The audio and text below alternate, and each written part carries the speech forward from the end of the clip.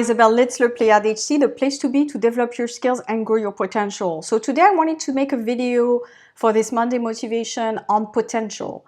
This is something that a lot of people are curious about. There's a lot of articles written about it. You have different points of view. Of course, you know, which skills do you have from birth? Which skills can you grow? Basically, I believe that most things you can learn and you can develop rather than you're born with it. So that's my philosophy. Again, you can hear a lot of things about it and read a lot about it as well. What I wanted to do is to give you, because it's based on the questions I'm getting, what is my potential to find a job in Switzerland? I wanted to give you 10 criteria so you can measure up against this criteria to see how good or how bad, basically, if you rate really low on this criteria, do you have a chance to find a job in Switzerland? I'm very happy to do this for you individually, customized type of consulting. You can send me a message, contact@PleiadHC. I do a lot of one-to-one coaching. This is my main activity. I also have a career package where I give you a lot of resources to find a job in Switzerland. So again, feel free to send me a message.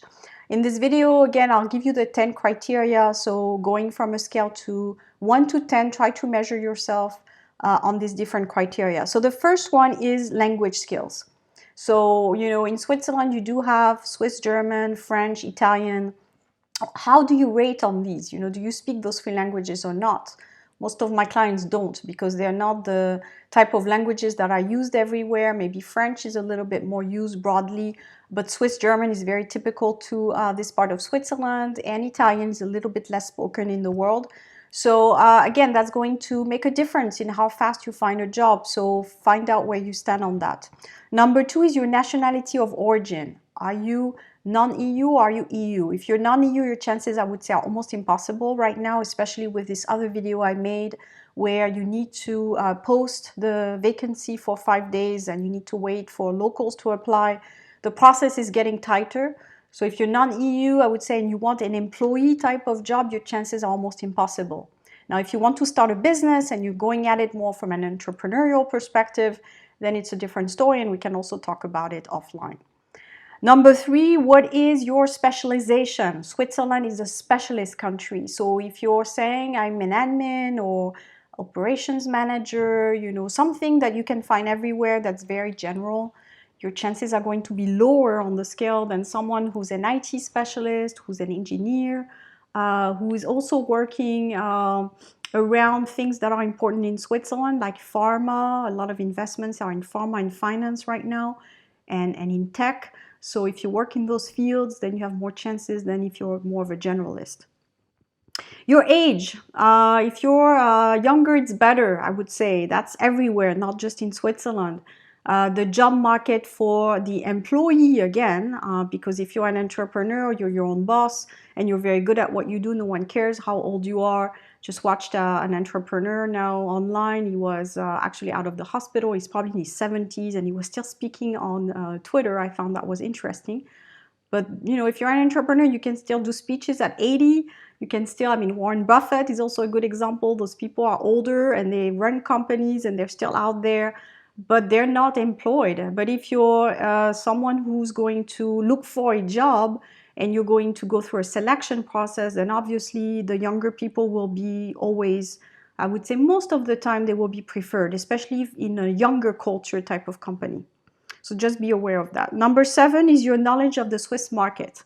So that's something most people would not really be good at. They want to work in Switzerland, but they don't really understand what's needed. On my channel here, I do give a lot of information. I do give you links also to research. In my career package, I give even more. So I give a lot of details on companies, where to apply, web links. So I post, again, my career package down. I think it's a very good investment for what you're getting, which is a huge amount of information and some coaching added to that. So understand the Swiss market. If you want to find a job in Switzerland, you need to go at it on almost like it's a job, to look for a job. Number 8 is ability to schmooze and network. So this is something also that could be a skill to some extent. Some people are very good at it. Some people are naturals. They meet people, they talk, you know, they find out really quickly about the person, and they build rapport quickly. I mean, it's a skill to talk to people. And others, they just get really shy and they just can't speak to anybody. They're very introvert, even though I would argue I'm an introvert in terms of my style. But it can be, again, it can be improved. I think if you have a message, I mean, what I would say coming from my perspective, again, it's my experience, it all comes down to what you want to say. If you're an introvert like myself, but you know you have so many things to say, you will go beyond this limitation of I'm too shy or I can't speak to this person, because you know you have something good that they want to hear about. So that's my way of going around the I'm too shy to speak to somebody, is that I think about it as I have so many things that this person needs to know, so I need to talk.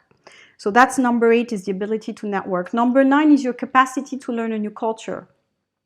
So Switzerland, as I said earlier, is a country where you have 3 languages mixed together in one country. So it has an impact on the culture. You know, wherever you are in Switzerland, it's not the same. It happens to me where I go between the French and the German speaking part, and the processes are completely different administratively. So you can't even say, well, I'm moving around and it's the same thing everywhere. No, it's different canton, different rules. So you need to almost redo everything from scratch. And even for the Swiss citizens, it's even complicated for them. So that gives you an idea. They have to redo the whole process when they move even from one side of Switzerland to the other. So the taxes are different. The application for permits are different. The culture is very different. So all this takes time to learn. So how much do you know about the culture where you want to go? If you want to go to Zurich, or if you want to go to Geneva, or wherever. The capacity to sell yourself, which is a little bit linked to the capacity to network. So if you're saying, well, you know, I can't sell myself, it's probably going back to what I was saying also, that you don't feel you have something to offer, or that you don't have knowledge or elements that people want to hear about. So you need to work more on what is it that you're offering. And this is also linked to other videos that I've made where I say you need to bring value before you can get value. So it rarely happens in this world where someone will see you and say, okay, I want to give you everything, you know, a job, paycheck, etc. It doesn't happen like that.